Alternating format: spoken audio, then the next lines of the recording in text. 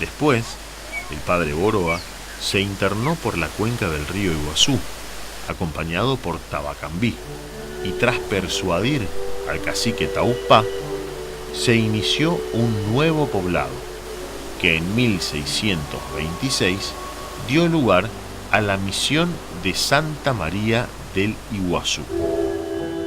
Fundada allí mismo donde confluye el Iguazú con el Paraná, en un lugar que hoy está dentro del Parque Iguazú, del lado brasileño.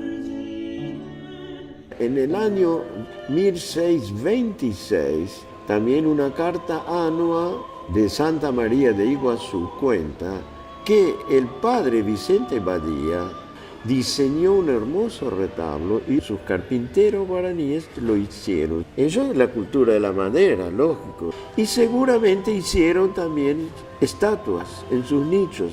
Lo más antiguo que podemos encontrar en las misiones son estatuas con la cabeza y manos desarmables. La mayoría de las más antiguas se guardan en el pueblo de Santiago, en el Museo de Santiago. En caso de incendios se sacaba la cabeza y se quemaba todo, pero era fácil de reproducir. Además, los indios no tenían prensas, no tenían todos los instrumentos que tenemos hoy. Entonces, entre las piernas, apretaban con los muslos y trabajaban una cabeza. Corpus, Acaraí, Santa María del Iguazú eran las escalas para llegar al gran núcleo de reducciones fundadas en el Guairá por los padres Cataldino, Maceta, Montoya.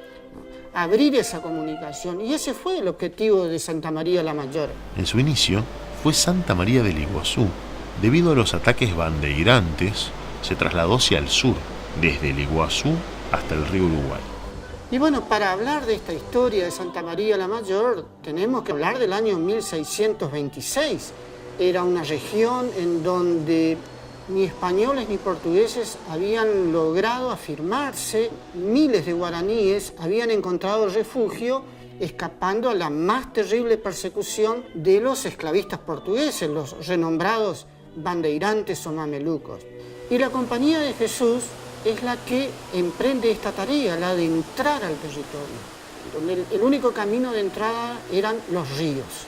Y a través de los ríos se llegaba a los afluentes que permitían ingresar aún más al interior de ese territorio poblado de indígenas. Una etapa en donde los padres Antonio Ruiz de Montoya, el padre Roque González de Santa Cruz, emprendían, fundamentalmente estos dos sacerdotes dentro de la Compañía de Jesús, lo que ellos llamaban entrar al Paraná y al Uruguay.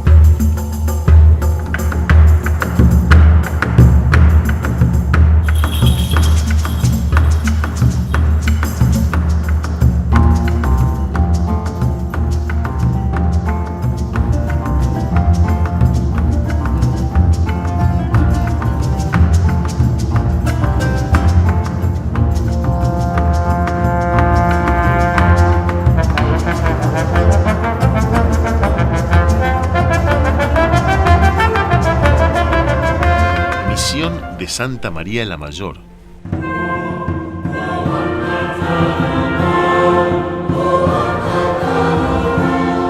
Santa María la Mayor, porque para diferenciarle de Santa María de Fe, que está en Paraguay.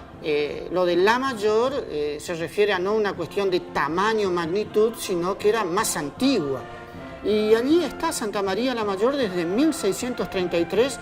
El asentamiento original, a escasos kilómetros del río Uruguay, estaba en una zona que era bastante baja, que de algún modo impedían la expansión urbana de la reducción. Eso, bueno, llevó a la necesidad de mudarla. De este modo es que Santa María, hacia la década de 1690, se establece en el sitio en el que hoy vemos las ruinas de la reducción.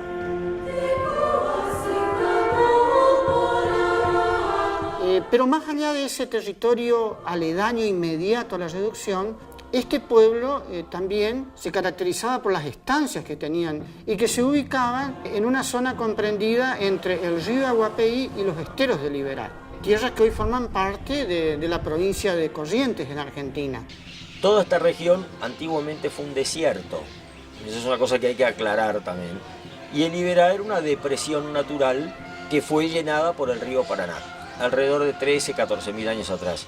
Las estancias de Corrientes son las primeras estancias de cría, después de los criaderos jesuíticos, porque los jesuitas fueron los primeros en criar hacienda vacuna, caballos, ovejas, bajo condiciones controladas. Por eso en el lema de la Sociedad Rural de Corrientes figura cuna de la primera estancia argentina. Los jesuitas constituyen los pueblos, las misiones jesuíticas, pero también tenían estancias de cría con las cuales proveían cueros, cerdas, tendones y además la provisión de carne para el enorme número de gente que tenían estas poblaciones. Acá el tema para la cría de vacunos, caballos y ovejas era la presencia de jaguares, ¿cierto? Animales muy peligrosos. Pero eso lo contrarrestaban con la presencia de burros. Los grupos de burros siguen al jaguar, sabe que un jaguar está en el lugar por los burros que están permanentemente rebuznando y mostrando la presencia del felino. Y fíjense que todas las estancias jesuitas tenían burros, no solamente para producir mulas, porque también había muchos caballos, pero para poder mantener los vacunos a salvo de los jaguares.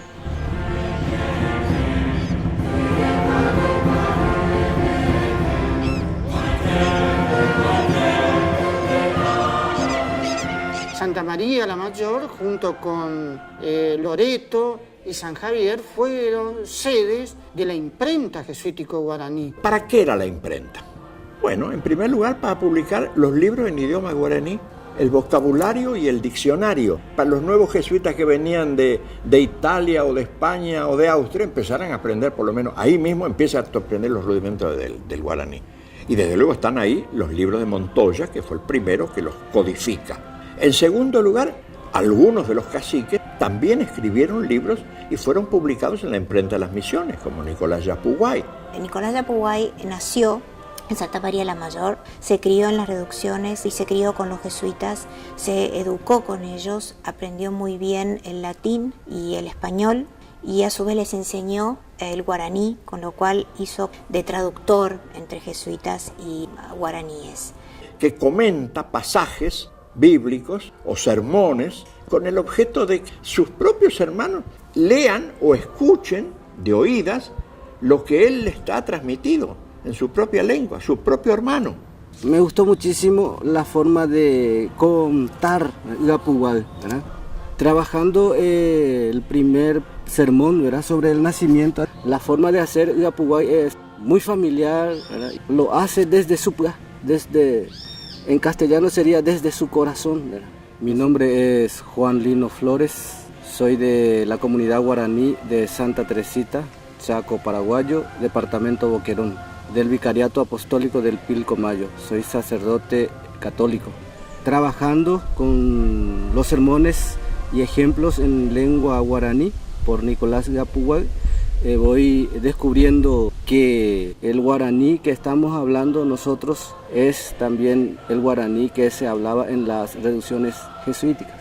Nos han dejado libros que, bueno, tanto de los que ha escrito Nicolás Yapuguay como el Catecismo de Nicolás Yapuguay, aparece la Virgen María, un pequeño grabadito que se cree que es una silografía, que es una pequeña talla de María y el niño. Dicen debajo Santa María de la Mayor, es decir, del lugar de donde estaba localizada la imprenta en la cual fueron editados. Todos los que han surgido de esta imprenta que funcionó del 1700 a 1727.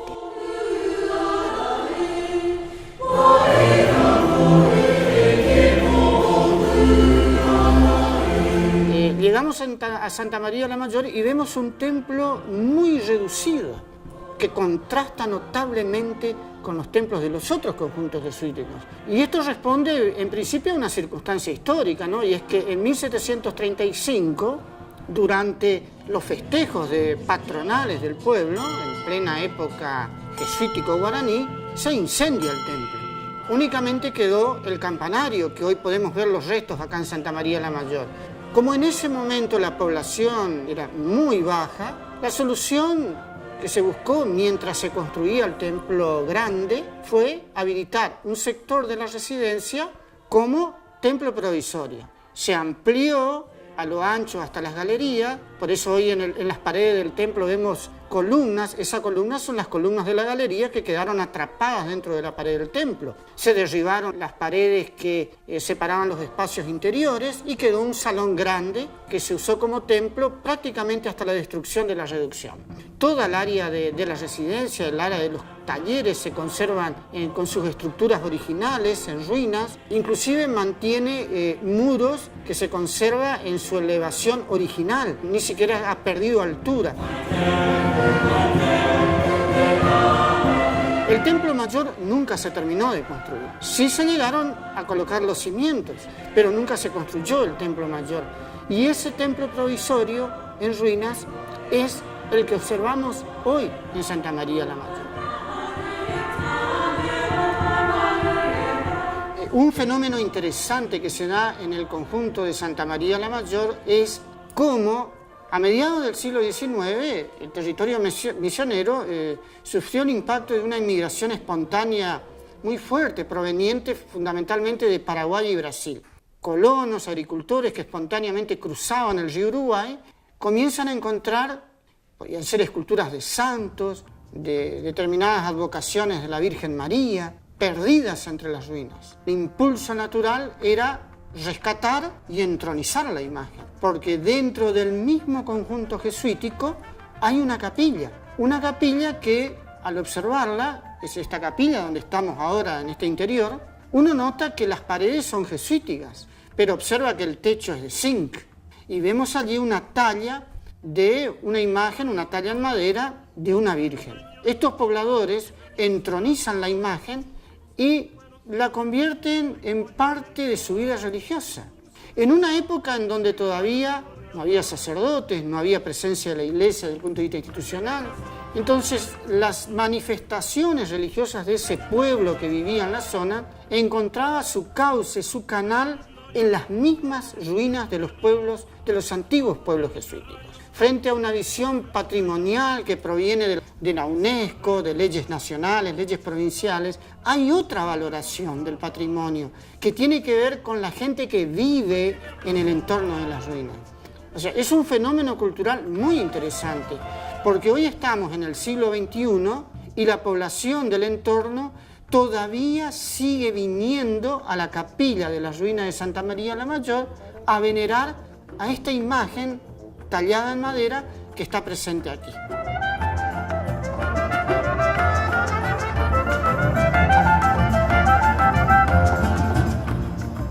Actualmente se realiza todos los años la cabalgata por la senda de los santos mártires en Río Grande do Sul.